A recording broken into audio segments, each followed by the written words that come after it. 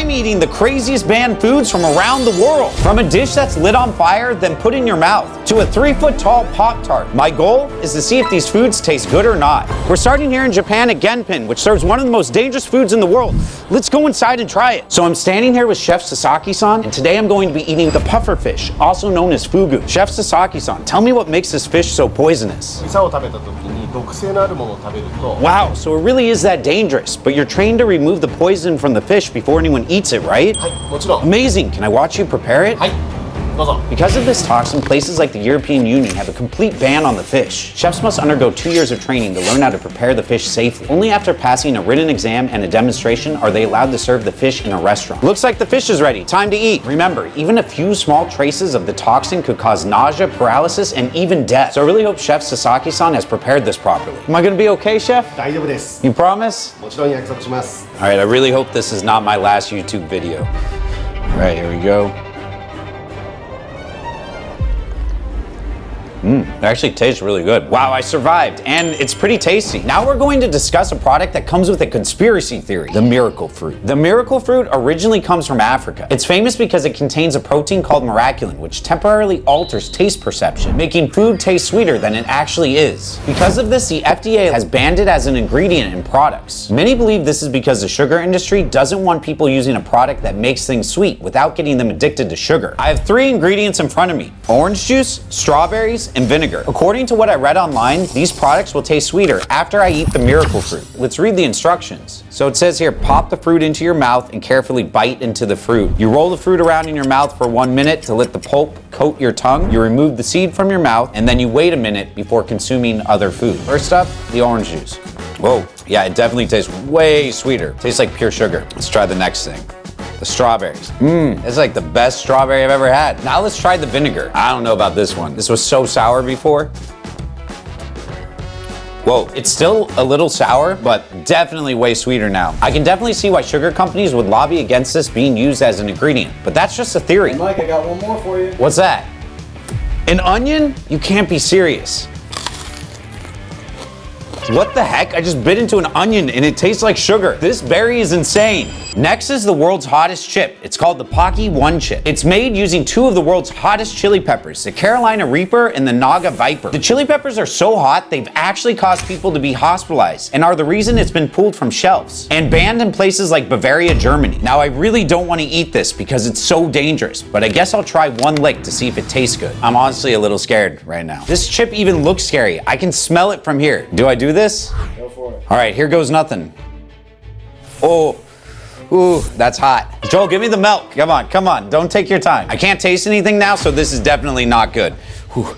Next, I'm eating at one of the most controversial restaurants in America, the Heart Attack Grill. The Heart Attack Grill is controversial for a lot of reasons. The main 2 are, first, it sells some of the most over-the-top, unhealthy foods known to man. Second, it markets its food as to die for. This motto is especially controversial, given the number of customers who regularly eat here and have died due to weight-related issues. What's crazy here is if you weigh 350 pounds or more, you eat free.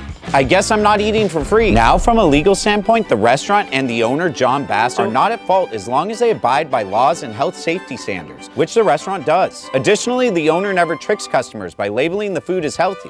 In fact, he regularly refers to it as extremely unhealthy. Now, like I said, I'm hungry, so I decided to get the over 19,000 calorie octuple bypass burger, which comes with 8 beef patties and weighs about 6.5 pounds. Let's see if I can finish it. Oh my God, this thing is massive.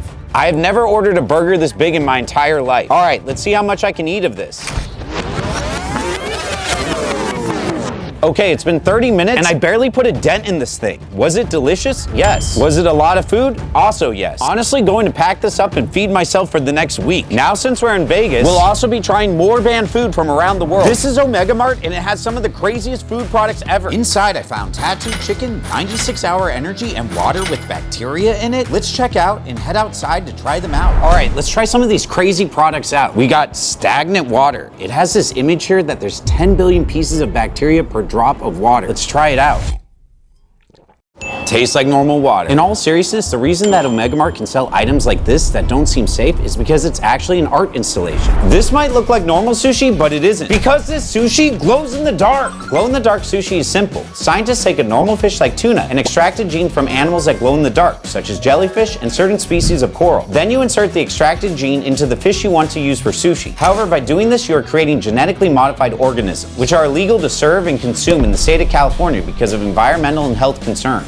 Fortunately, I was able to get some to try. Let's test this out.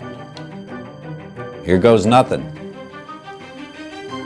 I don't know why, but I guess I was expecting this to taste different. It tastes actually just like normal sushi. I would have no problem eating this on a regular day out, but I definitely would never want to eat the next product, a tarantula. Look at this thing. It's so hairy and disgusting. It looks like a lot of the legs got broken in the shipment. It actually had to get shipped from Thailand. It's scary looking, especially the fangs. It's creeping me out. Now, the idea of eating bugs might seem strange to you in the Western world, but in many other countries, it's quite common. In fact, roughly 2 billion people eat bugs as part of their diet every single day. In many countries, bugs from the wild are caught and then sold to customers. However, this practice has been banned by the FDA in the United States. Instead, companies need to specifically raise the bugs for human consumption and follow all the regulations that come with it. Let's see how it tastes. The consistency is like eating a shrimp tail, and it tastes like charcoal. I think I lost my appetite. Behind me is a restaurant I rented out to try fire pond. It's a dish that's put in your mouth while on fire. I had to rent it out because most places won't serve fire pond due to fire regulations and safety concerns. Now, because eating fire pond is so dangerous, I hired this chef that's an expert at making it. Today I'm gonna make you a fire pan. I'm very excited. While you make it, can you tell me a little bit more about what you're doing? We're gonna apply this, and this as a sweetener. Oh my gosh, my heart is pounding. So let's go.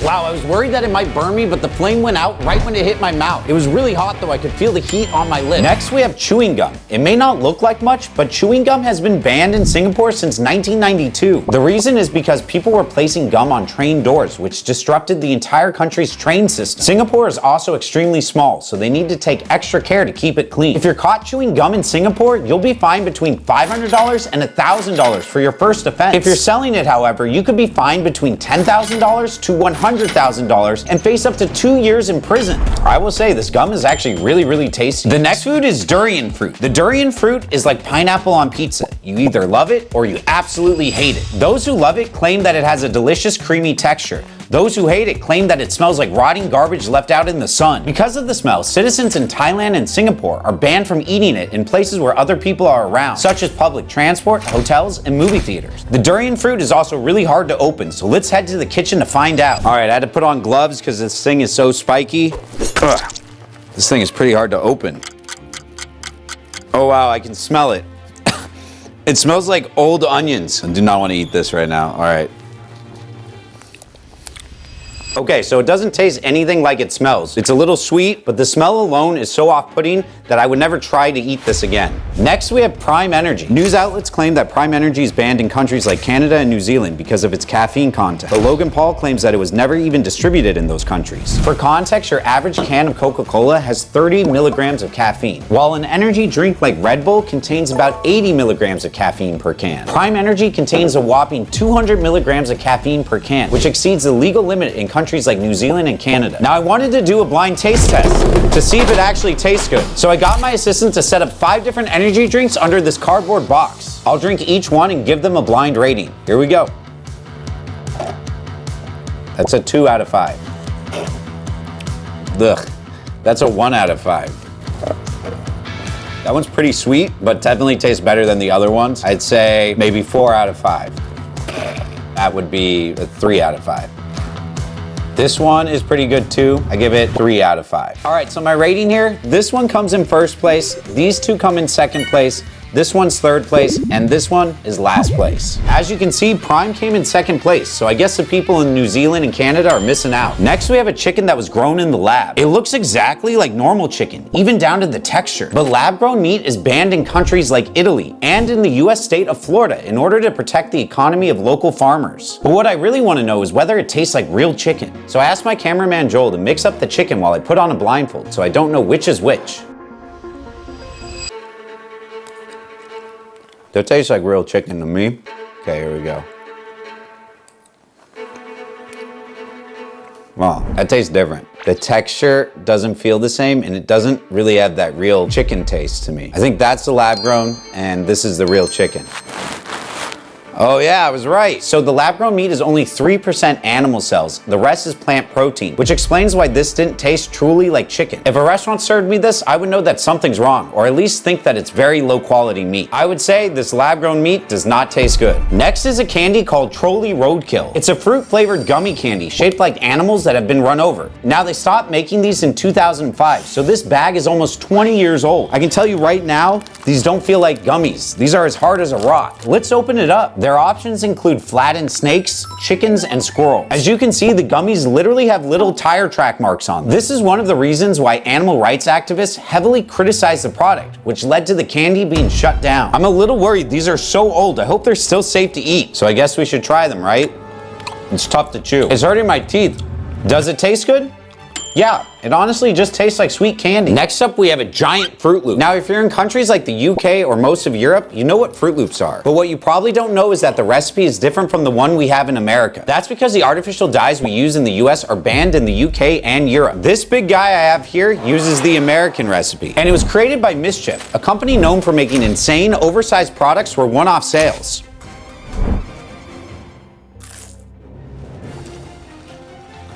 It tastes just like a sugar cookie, which is actually pretty good. I have a feeling this is gonna take a lot longer to eat. In fact, according to the box, the entire Fruit Loop contains 930 calories. Oh wait, I'm getting a notification that my next product is here. Whoa, it's here! Next I'll be trying the world's largest Pop-Tart. It's over 3 feet tall. It literally goes up to my waist. Let's open the box.